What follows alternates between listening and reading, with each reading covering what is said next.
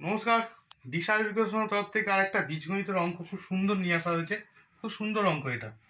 এখানে এখানে বলে দিয়েছে, এখানে বলেছে x square plus 1/x square equals to যদি √2 হয়, তাহলে x⁴ 2024 মাইনাস 1/x⁴ 2024 কত হবে? খুব সুন্দর অঙ্ক। যতটা মনে হচ্ছে কঠিন, ততটা কঠিন নয়। প্রথমে যা দিয়েছে তাই টুকি।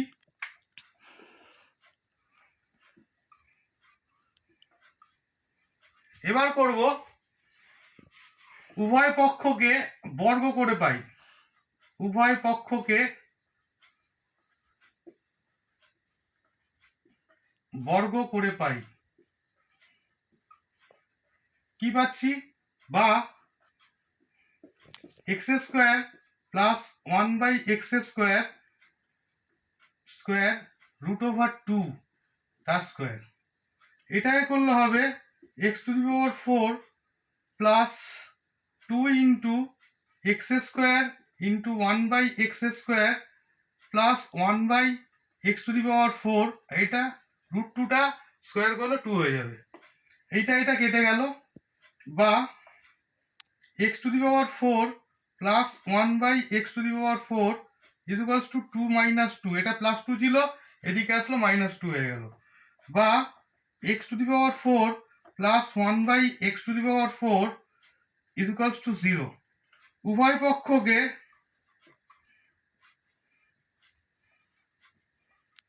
x⁴ দিয়ে গুণ করে পাই।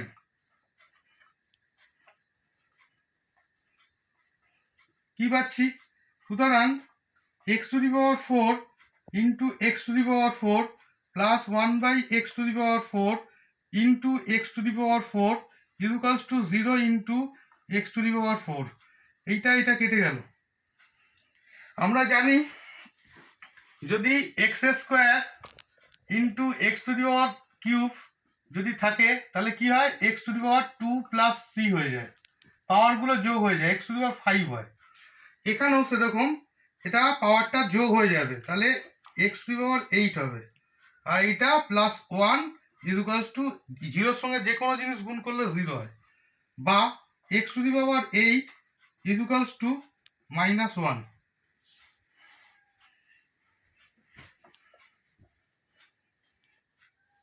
এবার আসল অঙ্কটা আসা যাক। দিয়েছে মান বের করতে দিয়েছে, x⁴ মাইনাস 1/x⁴ এবার দেখতে হবে 2024 কে 8 দিয়ে যায় কিনা।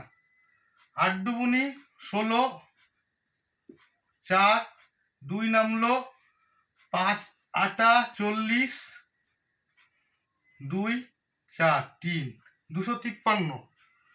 253। তাহলে এখানে লিখব বা x8 × 253 minus 1/x into x into x⁴ into 253। বা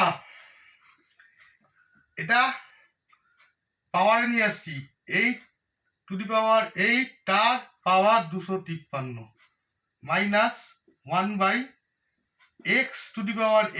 তার পাওয়ার 253।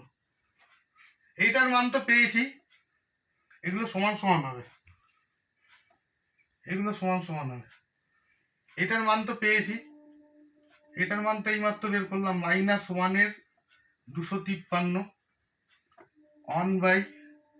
1/-1-এর √253। এবার একটা কথা আছে, যদি 1 থাকতো আর যদি পাওয়ার বিজোড় সংখ্যা হতো তাহলে একই হতো, কিন্তু এখানে -1 আছে, এর পাওয়ার বিজোড় সংখ্যা আছে। যদি জোড় সংখ্যা হতো তাহলে -1টা +1 হয়ে যেত। যেহেতু এখানে পাওয়ারটা